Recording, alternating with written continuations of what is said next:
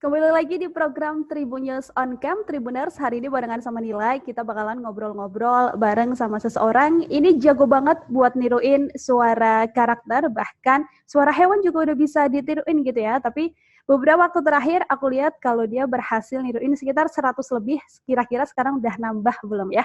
Kita bakalan ngobrol-ngobrol bareng sama Christo Immanuel. Halo Bang Christo, selamat pagi. Terima kasih ngeluangin waktunya buat ngobrol bareng sama aku di tribunnews.com. Bang, tapi kalau kita ngomongin tentang dunia impersonate gitu ya, sebenarnya seperti apa sih? Mungkin bidang ini kayak kurang familiar gitu ya kalau di Indonesia. Setahu aku, seberapa berpengaruh sih dia di dunia hiburan di tanah air ini kalau menurut Abang? Kalau di Indonesia, emang kalau menurutku impersonate itu masih nggak umum ya. Karena dulu yang viral banget ya itu Gilang Dirga kan yang booming sampai sekarang dia jadi seorang Gilang Dirga yang kita kenal.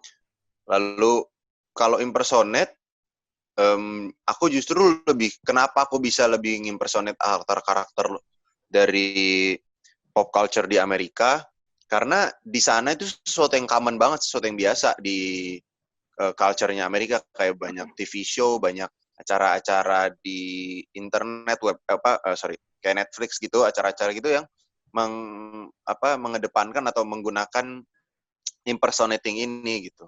Jadi kalau di Indonesia sendiri kayaknya bukan masalah Indonesia belum mampu ya, cuman menurutku mampu, cuman mungkin memang pasarnya di Indonesia belum ke arah sana secara universal di Indonesianya. Bang, tapi selama latihan gitu kan, karena ya kita harus dapetin suaranya, pernah nggak sih kayak sampai ada masalah kayak misalnya serak atau kayak gimana gitu? Oh iya, ini pesan sponsor kah? Jadi, oh iya serak, makanya aku minum. Oh enggak ya? Nah, kirain disuruh masukin pesan Bukan sponsor. dong. Enggak. Oke, kalau serak pernah banget. Pernah serak, pernah sakit dulu, pernah sampai aku udah kira tenggorokanku berdarah waktu itu. Ternyata enggak, tapi aku sampai sekarang kayaknya waktu itu enggak berdarah, cuman enggak tahu berdarah atau enggak. Karena waktu itu sakit banget. Cuma pas dulu itu aku nyobainnya karena salah teknik. Jadi sakit. Cuman setelah aku udah dapet caranya gimana, nggak sakit lagi. Tapi kalau Cuman sekali doang waktu itu. Tapi kalau ngomongin soal teknik ya Bang, apakah Abang juga ada kayak misalnya ada coach-nya gitu atau memang pure semuanya latihan sendiri? Coachku itu YouTube karena semua kalian mau impersonate apapun, siapapun, ada tutorial di YouTube sebenarnya, tinggal cari aja. Kadang tutorial di YouTube-nya itu justru yang nonton cuma 100, cuma 80 orang. Cuman karena walaupun video dikit, coba aku tonton gitu. Nah, jadi nanti dari beberapa impersonator, aku belajar dari sini, dia ngambil ininya, dari sini, oh ini gitu. Tapi sejauh ini pernah nggak toh dapat tawaran gitu kayak, ya tapi buat nggak impersonate, bukan kayak misalkan voice over atau sebagainya, dubber gitu, yang benar-benar murni buat nggak impersonate. Sejauh ini apakah pernah dapat tawaran di bidang itu? Kalau ya itu sih mungkin karena di Indonesia memang belum pasarnya untuk impersonate. Kalau di luar negeri kan ada SNL namanya, Saturday Night Live. Itu di Amerika, itu acara comedy show gitu setiap Sabtu malam setahu aku sih. Itu cast-castnya itu bakal banyak yang impersonate, ada impersonate Donald Trump, ada yang impersonate Obama atau tokoh-tokoh aktor-aktor luar gitu. Nah, kalau di Indonesia kan belum ada tuh yang acara yang biasanya karakternya niruin siapa, paling Gilang Dirga itu kan dia suka niruin siapa, pakai kostum apa gitu kan, tapi bukan dalam sebuah sketch gitu.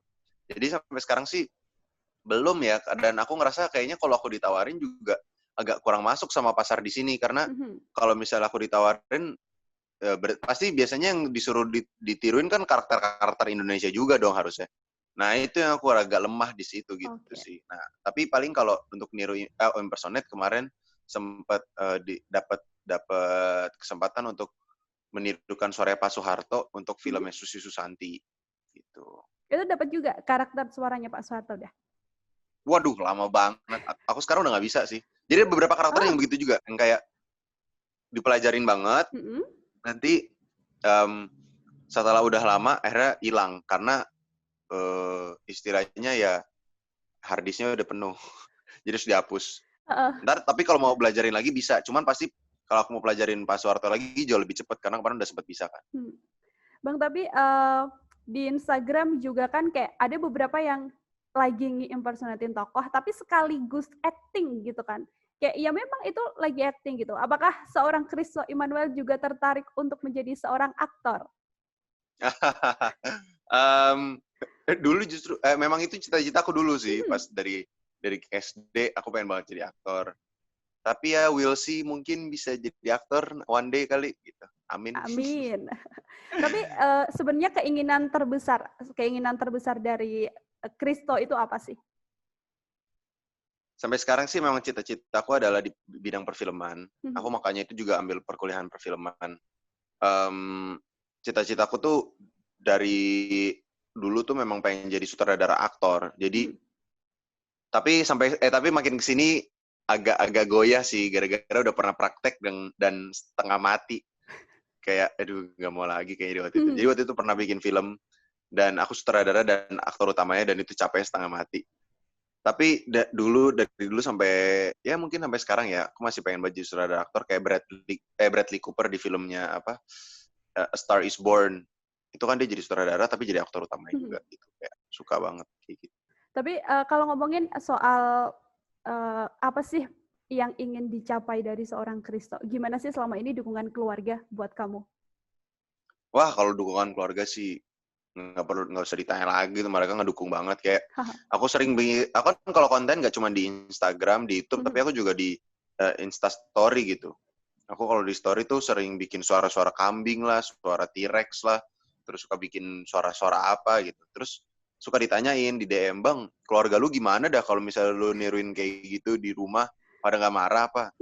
Terus aku jawab, nggak pernah marah, mereka tuh dari aku kecil selalu ngedukung. Dari aku sebelum dikenal sebagai impersonator, dari aku kecil suka mainan tapi pakai suara-suara yang berisik gitu, mamaku nggak pernah marahin, selalu ngedukung gitu. Jadi udah biasa. Bahkan aku kemarin videoin di Instastory, aku bilang, nih kalau kalian nggak percaya keluarga aku biasa aja, aku videoin ke arah ke arah keluarga aku lagi duduk-duduk, terus aku niruin suara T-Rex kan, gitu kan, kaget.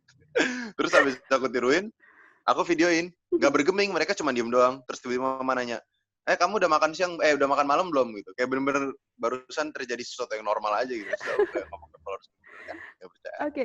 Tapi kalau dari anggota keluarga kamu, apakah ada juga yang bisa buat nge-impersonate kayak kamu gini?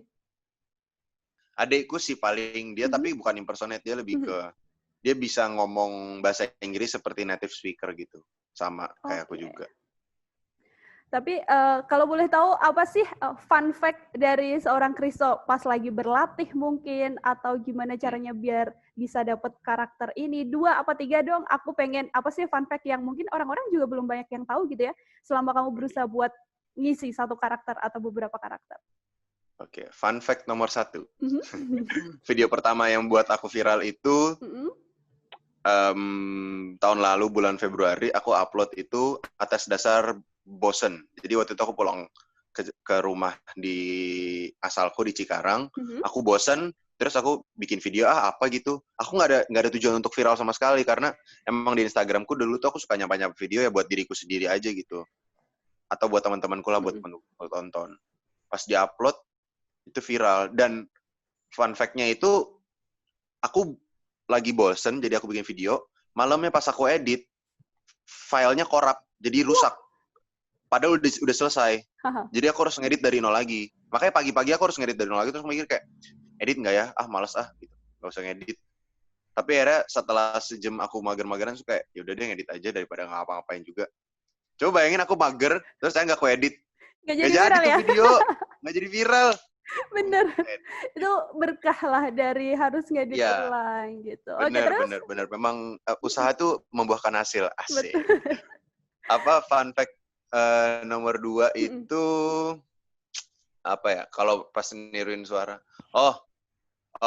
Fun fact nomor 2 ini apa sih itu namanya? Feedback dari masyarakat di Indonesia sangat berbeda dengan feedback dengan masyarakat di luar. Jadi ada videoku juga yang akhirnya masuk ke luar negeri. Yang maksudnya dikenal di luar juga. Yang aku niruin beberapa karakter aktor-aktor gitulah Hollywood. Kalau di Indonesia kan tuh pada kayak wah gitu kan.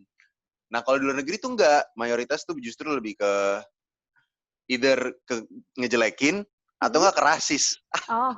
Kalau aku lihat komen-komen itu banyak yang kayak, iya biasanya orang Asian tuh nggak jago impersonate. Entah kenapa, mungkin karena ras mereka juga kayak, wow, gila, rasisnya mantap sekali, enak dibaca. Gitu sih. Jadi kayak, makanya aku nggak pernah puas juga. Tapi nggak pernah ke fact juga kayak, aduh jadi down gara-gara negatif comment, nggak juga. Cuman kayak, justru makin mereka yang negatif-negatif itu, justru aku malah jadi kepacu kayak, oh ini nih kayaknya gue harus lebih bagus lagi. Gitu sih. Terus fun fact yang ketiga? Fun fact yang ketiga adalah aku kalau misalnya ide untuk bikin konten, kan aku nggak cuma impersonate, aku suka bikin sketch gitu kan, skit video. Itu biasanya muncul jam 3 pagi. Jadi aku tidur, tapi kadang nggak bisa tidur, terus tau-tau jam 3 pagi atau jam 2 deh, tiba-tiba muncul ide. Terus aku jadi makin nggak bisa tidur. Akhirnya, supaya bisa tidur, aku harus catat. Jadi jam 2 gitu udah merem, terus kayak, muncul ide nih. Aduh, udah gue mau tidur. Tapi otaknya terus kayak, ayolah catat dulu lah Chris, jangan tidur dulu. Berisik, ya udah deh ya. Gue catat, baru habis dicatat bisa tidur. Tapi kalau nggak dicatat, sampai jam 4 pagi nggak tidur. Jadi harus dicatat dulu gitu. Oke. Berarti itu kayak, apa ya, mukjizat kali ya? Iya, kayak, tapi berisik banget, kayak ada yang tinggal di dalam otak gitu loh. Kalau misalnya udah ada ide, kayak, ayolah catat dulu bro. Kayak ada bos di otak gitu, yang ngasih deadline. Bro, kerjain ya sebelum pulang gitu. Pak, saya udah mau tidur, Pak. Ayolah, kerjain dulu lah. Oke. Kristo, kalau kira-kira aku tanya 5 tahun ke depan, seorang Kristo tuh pengennya apa? Pengen udah bisa mencapai apa sekitar 5 tahun ke depan? Menarik sekali pertanyaan. Jadi, menariknya pertanyaan ini kenapa? Karena pas aku umur 20 tahun, aku pernah bikin video di mana aku nanya ke diriku di 10 tahun dari sekarang. Jadi ntar aku umur 30 tahun, aku mau bikin video ngenanggepin pertanyaanku yang pas aku umur 20 tahun itu. Dan apa ya, kalau dari jawaban, kalau dari pertanyaanku pas umur 20 tahun sama 5 tahun dari sekarang, ya berarti kan gak terlalu jauh beda umurku nanti. Aku 5 tahun dari sekarang umur 28. Berarti kira-kira kalau antara umur 8 sama 30 sih impianku masih sama pas impianku pas umur 20 tahun di pertanyaan itu. Aku nanya waktu itu, udah jadi sutradara belum? Gitu. Udah jadi sutradara film panjang belum? Jadi 5 tahun dari sekarang, harapanku sudah, ya either udah nge-asisten directing satu film panjang, atau menulis satu skrip film panjang, atau ya itu ngedirect satu film panjang sih. Dan main di film panjang satu lah minimal. Oke. Kita tunggu ya 5 tahun ke depan. Semoga Amin. Apa yang diharapkan itu semuanya bisa berjalan dengan lancar. Bang, mau dong, aku punya kata. Ini katanya bisa kata rangkaian, tapi Abang bisa meliputi ada tokoh luar negeri, ada hewan, ada pistol, dan juga ada kendaraan. Bukan sih. Jadi katanya adalah, nanti Abang tiruin versi impersonate-nya ya, atau niruin suaranya. Katanya maksudnya, adalah nanti kamu yang kasih katanya, terus aku niruin apa yang dikatai itu gitu maksudnya. Tapi ini satu kalimat, jadi kalimatnya adalah Mario Teguh ketemu tokoh luar negeri, terserah siapa aja. Abis itu ngobrol dan ketemu kambing yang ditembak dari pesawat. Wow. Ribet deh. Oke. Mario Teguh ketemu orang luar negeri, ketemu Brad Pitt aja deh. Mario Teguh ketemu Brad Pitt, terus ketemu kambing, terus ditembak dari pesawat. Jadi aku harus melakukan apa yang sudah diberikan kalimatnya gitu ya. Oke. Diterima tantangannya? Oh, diterima dong. Kristo ditantang. Oke, jadi gini. Sahabat-sahabatku yang super, saya sedang berjalan. Ini ceritanya Mario Teguh lagi nge-vlog. Sahabat-sahabatku yang super, saya sedang berjalan di daerah Sudirman. Dan, sepertinya saya melihat seorang yang saya kenal. Excuse me, are you Brad Pitt? Hello. Yes, I am Brad Pitt. What's your name? I am Aryo Teguh. Sebenarnya saya bisa bahasa Indonesia. Oh, ya baiklah kalau begitu, Mas Brad Pitt, mari kita berjalan bersama sambil saya nge-vlog. Oke, kalau begitu. Terus mereka jalan. Terus Aryo Teguh, oh Mas Brad Pitt sudah pernah lihat hewan yang di sebelah sini? Saya pernah lihat di documentary. Nah, ini adalah kambing. Be, be. Terus Brad Pitt, Oh, okay, that's weird. terus tiba-tiba ada pesawat lewat.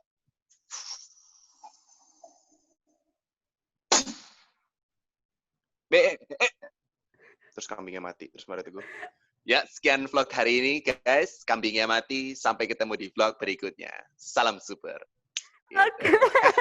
Absurd banget Tuhan.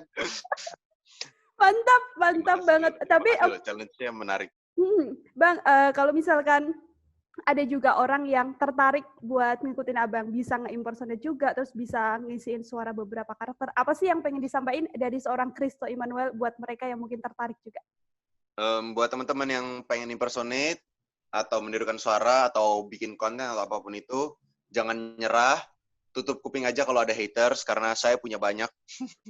Kalau misalnya ada yang ngejek, bilang nggak bagus, bilang cringe, bilang nggak lucu, ya udah, namanya juga masih belajar. Gue juga tahu gue masih suka nggak lucu dan cringe, makanya gue juga masih belajar. Kalian semua juga masih belajar. Tetap semangat, jangan minder, jangan insecure, nggak apa-apa. Yang penting bisa dilalui ya, jangan terus-terusan insecure dan akhirnya berhenti. Dan ya itu sih, maksudnya jangan langsung menyerah. Gitu. Mantap. Oke. Terakhir dong Bang, pengen jadi siapa ya, Brad Pitt tadi deh, nggak apa-apa. Brad Pitt sampaikan pesan ke Tribuners buat jangan lupa like, komen, dan subscribe channel tribunnews.com. Okay. Sama channel abang juga loh. Oh iya. Christo Immanuel. BTW di YouTube channelku sekarang lagi bikin web series, baru 1 episode, nanti hari Jumat ada episode baru lagi, jadi jangan lupa ditonton. Judulnya Dealing with Myself. Di channel YouTube? Ini pesan dari di channel YouTube-nya Christo Immanuel. Oke. Oke, ini Brad Pitt ya. Hello, I'm Brad Pitt, and I just want to tell all of you, don't forget to subscribe, like, comment, and share all of the contents on the TribuneNews.com channel on YouTube channel. And also, your friend here, Christo Immanuel's channel. Okay, don't forget to subscribe too. All right, see you later. Oke, Bang Christo, terima kasih banget udah mau mempraktekkan Aryo Teguh ketemu Brad Pitt dan juga lihat kambing ditembak di pesawat. Makasih banget udah ngeluangin waktunya buat ngobrol di tribunnews.com. Semoga pencapaian ya, semoga apa yang ingin dicapai 5 tahun ke depan bisa kesampaian. Ditunggu nanti ada sutradara sekaligus tokoh seorang Christo Immanuel. Wish, amin. Terima kasih banyak. Ya. Thank you Nila. Ya, terima kasih Bang Christo. Terima kasih sudah nonton. Jangan lupa like, subscribe, dan share ya.